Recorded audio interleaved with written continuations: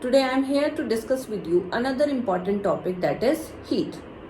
And when we talk about heat, we come across two main terms, hot or cold. Now, what is that which makes us feel whether an object is hot or cold?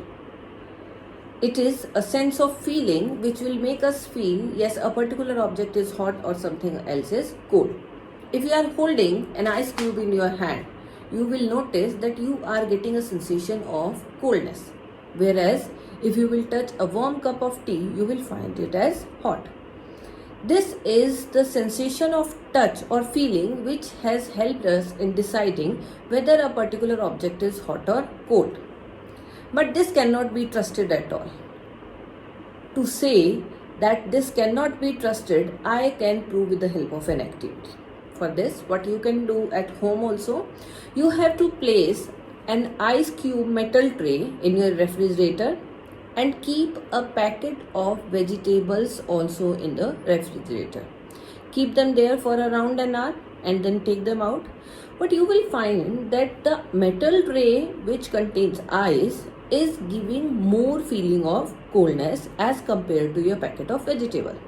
The reason being very simple, that because of the metal being good conductor of heat, we find that it is giving a sensation of more low temperature as compared to the vegetables. In spite of the thing that both are kept at the same temperature for same period of time. So we cannot just trust on this line, yes, I am saying that something is hot or something is cold is always hot or cold for you also. For that to understand, we need to have some reliable measures that can be easily explained to everyone. For them also, if the subject I am talking about is hot, it should be hot only. To keep uniformity and to help you all understand that why, if I am talking about something being hot is hot for you also, we need to have a particular scale that we are going to discuss in this topic later in detail. First, we will be talking about main thing, and that is why I am saying that there should be some scaling required for saying something is hot or cold. Now, with a few examples, it will be easily understood by you. If I am talking about ice, you are clearly having an idea that ice obviously is a cold object. If I talk about tea, it comes to my mind that it is a hot object. If I say boiling water, because of the term boiling, I know the water being very hot. It means this is an assumption we have acquired with our experience so far that anything which I am talking about obviously should have a particular temperature. It means it is pre-decided by me. Ice is a cold object, tea is a hot object, boiling water obviously is such hot that I cannot touch with bare hands. Be very precautious while doing such activities. Do not touch very hot objects because it may burn your hand also. So please keep this advice in your mind. Now this is giving me an idea. But it is not necessary that hot for everyone is same. Like some are having ability to drink very hot water, some are having ability to drink very hot tea, and some others are saying let it be a little cold, then I'll. It means this sense of getting a temperature known varies from person to person. It will not be same. Now this is main thing which we have discussed, it that we should not rely on what an individual is saying. To get a uniformity everywhere, we should have certain temperature defined scaling which will be same for everyone. Fine, this is clear to you now what is something called as hot or what is something which is called as cold. Now we have come across two terms, hot and cold, and each is actually related with a term that is called as heat. That is the main topic of today. Something which is having less heat will be cold, which is having more heat will be hot. Now, how we will decide whether a particular object is having less heat or it is having more heat? For that, we should first be knowing what actually is heat, what happens when something is being heated, or what happens on applying heat to a particular object. There are certain changes which take place when we heat an object.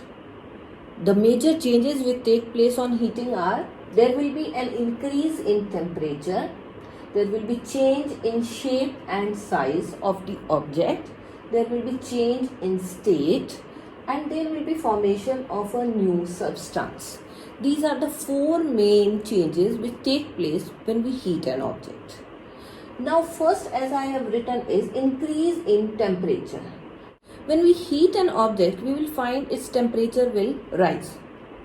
For example, if you are having a glass of water and you will put it on flame, you will find after some time it will turn more hot. As compared to the glass of water, the temperature which it was having before, now the temperature will be a little higher. It means on applying heat, there will be an increase in temperature of that particular object. Second thing which can happen is there will be a change in shape and size. If you are having solid, like you are having an ice cube and you are heating the ice cube, afterwards you will notice its shape and size will be changed. That is another thing which is happening after applying heat on a particular object. Then change in state. Not talking about ice when I will say, then I will also justify this with the help of state, because ice is solid in state and on applying heat it has turned to liquid, and if I keep on applying heat to it, then it will change to another state, that is gaseous. So that will also happen on applying heat. Fourth, I have written there will be formation of a new substance. Like if I am having a rolled chapati and then I will put it on heat, on flame, I will find that it will be now baked. It means I got a chapati which I can eat now, whereas I cannot eat the raw rolled chapati. This means there has led to formation of a new substance on applying heat. These are the four main changes which take place when heat is being applied on a particular object. Apart from this, another term is being used to explain this, and that is called as thermal expansion. So by understanding thermal expansion, it will be more easy for you to understand what actually happens with the size, shape and state of a particular object on applying heat. Thermal expansion can be understood in solids, in liquids and in gases differently, because all these three are different states of matter.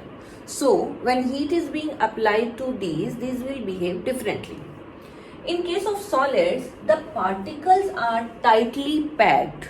So when heat is being applied, there will be increase in distance between the particles and they will be made a little loose as compared to as they were previously packed. So that is why they will change from the solid state to the liquid state initially when heating is being done. In liquids, the particles are loosely packed as compared to solids, but not as loosely as they are present in gases. These things we already have learnt in our 6th class in states of matter.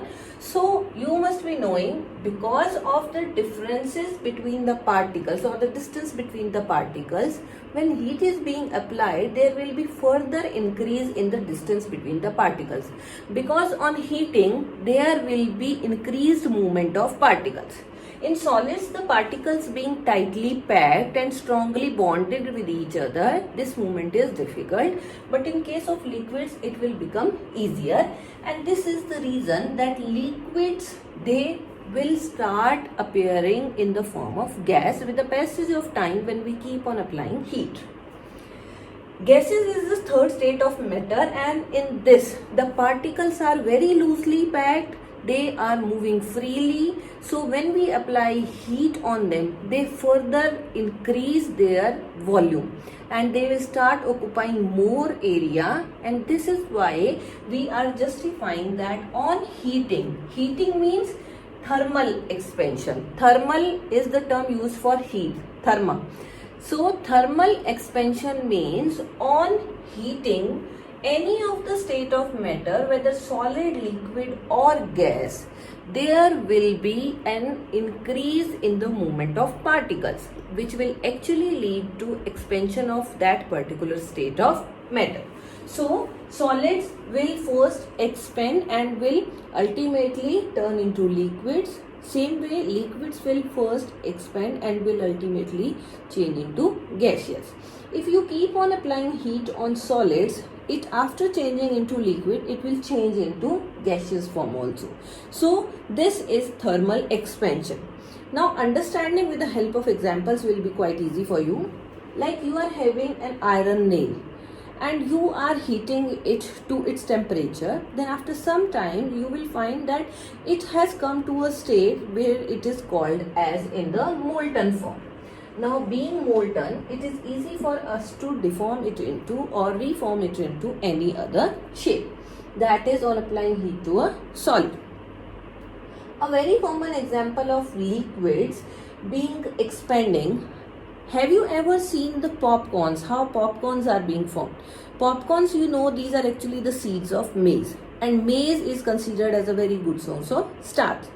Now because of the water content or moisture content in the seed, when heat is being provided to it, the water present in the seed will turn into vapor, and on turning into vapor or gaseous state, it will apply pressure on the outer covering of the seed and it will burst open.